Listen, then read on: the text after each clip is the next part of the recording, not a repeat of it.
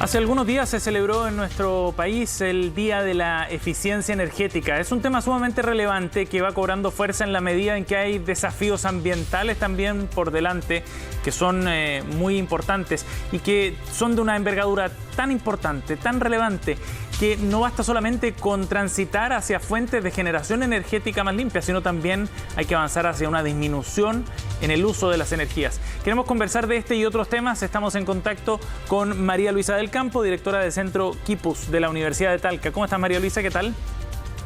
Muy bien, gracias, Sebastián. Gracias por la invitación.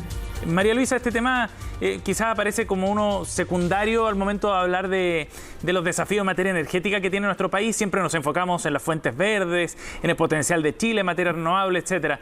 Pero ¿por qué es tan relevante darle relevancia a la eficiencia energética? En realidad que es de suma importancia quizás partir muchas veces por esa medida que de alguna forma obliga a que nuestro consumo final, que puede ser, como bien dijiste, a través de las energías limpias o las energías renovables no convencionales, después, claro, va a ser siempre muy bajo. Pero si en el fondo no tomamos una conciencia y una cultura de buenas prácticas de eficiencia energética, claro, vamos a seguir consumiendo harto en energías limpias, pero de todas maneras harto. Y en la práctica, María Luisa, ¿qué significa la eficiencia energética? ¿Cómo lo entendemos? Lo entendemos como la generación de un producto o de poder desarrollar una actividad con el menor consumo energético posible, sin disminuir el confort, por ejemplo, que en esa actividad vamos a desarrollar.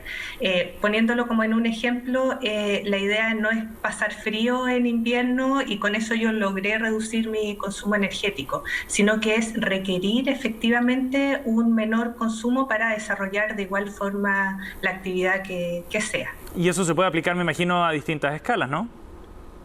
Claro, y eso a todo nivel, desde, por ejemplo, casos muy cotidianos, que es calentar el agua todos los días, no estar encendiendo a cada rato el hervidor, hirviendo más agua de la necesaria, mientras que yo puedo hervir una vez, dejar en el termo y con eso ya estoy generando, por ejemplo, un ahorro de energía. Sí. Y llevándolo al otro caso más directo, por ejemplo, de las casas, es que si yo tengo una casa bien aislada, voy a requerir nuevamente menor calefacción para tener un confort térmico interior muy agradable. Sí, claro.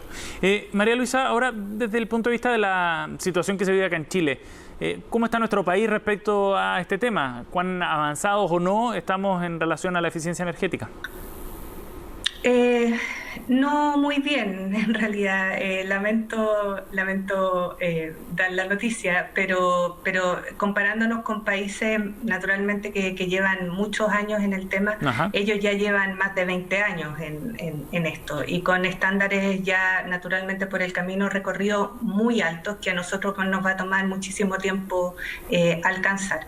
De todas maneras, es una excelente noticia el que ya se haya promulgado la ley de eficiencia energética, y con eso damos un tremendo paso para ver este futuro que se nos avecina y tratar de alcanzar a estos países. Sí. María Luisa, ¿qué significa la ley en la práctica?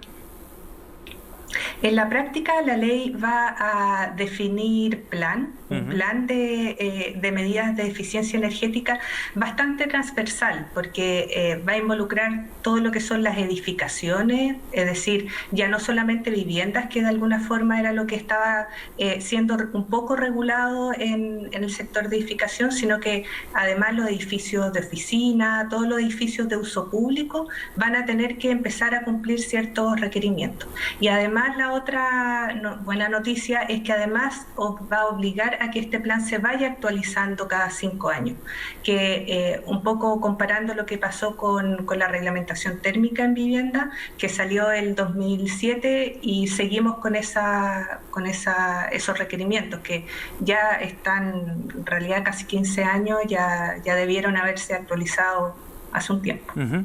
O sea, hay varios ámbitos y aspectos, digamos, sectores que requieren una actualización para ponerse al día en esta materia. Absolutamente, empezar a ponerse de acuerdo también. Por ejemplo, otro tema u otra área que involucra esta ley es el sector transporte, donde el transporte también se va a incorporar el hidrógeno verde, que ha estado muy de moda últimamente, que se incorpora como elemento que el Ministerio de Energía va a empezar a manejar. Otro tema, por ejemplo, de las grandes empresas consumidoras de energía, no empresas en realidad, las grandes industrias también consumidoras de energía van a tener que empezar a implementar un plan para reducir en cierto periodo de tiempo el consumo de energía que van teniendo, con tal de que ojalá al 2030 tengamos una reducción a nivel país de al menos un 10%. Ajá. ¿Es posible alcanzar esa meta?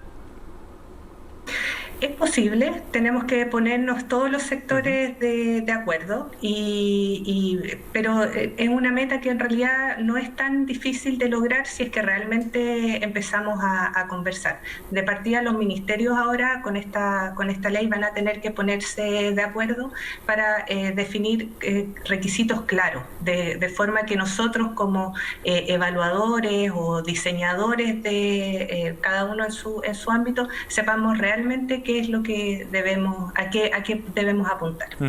Con metas más trazables de alguna forma. Estaba revisando detalles de la Agencia de Sostenibilidad Energética, resaltaban que cuando se anuncia esta ley de eficiencia energética, en el mensaje presidencial había un énfasis en la complejidad que tenía este tema, porque no es solo un asunto técnico, ¿no? O institucional, decía, hay asuntos culturales también o de información que son relevantes. ¿Qué rol juega eso en esta transición, María Luisa? Va a ser de suma importancia como a través del Ministerio, la Agencia de Sostenibilidad Energética vayan transmitiendo de la importancia también que tiene empezar a implementar eficiencia energética en todo ámbito y cómo esta se va a comunicar. Por un caso bien concreto que uno de los grandes logros a mi juicio que va a implementar o que va a poner esta ley es que a nivel de edificación pública, privada, departamento, oficina, todo, se va a obligar a que la inmobiliaria o la empresa constructora incorpore un etiquetado de eficiencia energética. Es decir, ahora yo no solamente vendo un espacio que tantos metros cuadrados o tantos dormitorios o tantos baños, sino que además yo tengo que informar a ese futuro arrendatario o comprador que lo que está adquiriendo va a consumir un X valor mensual o promedio al año. Con lo cual ahora ya se le está entregando realmente, se le está traspasando a las personas cuánto van a consumir finalmente, que es de suma importancia hoy en día. Qué relevante para tomar decisiones en el fondo. María Luisa, y pensando en lo que pasó el año pasado, en 2020, en el contexto de la pandemia, ¿qué ocurrió con los comportamientos, sobre todo a nivel de consumidores, en materia de consumo de energía? ¿Y qué significa eso para los objetivos de reducir el consumo a mediano y largo plazo? Yo creo que, bueno, la pandemia afectó de muchas formas a todos nosotros y yo creo que no estábamos preparados a lo que iba a significar el aumento de energía producto de estar ahora meses en cuarentena. Yo creo que, espero que en realidad hayamos aprendido a que mucha eficiencia energética parte por un buen comportamiento, buenas prácticas de los usuarios frente a la energía.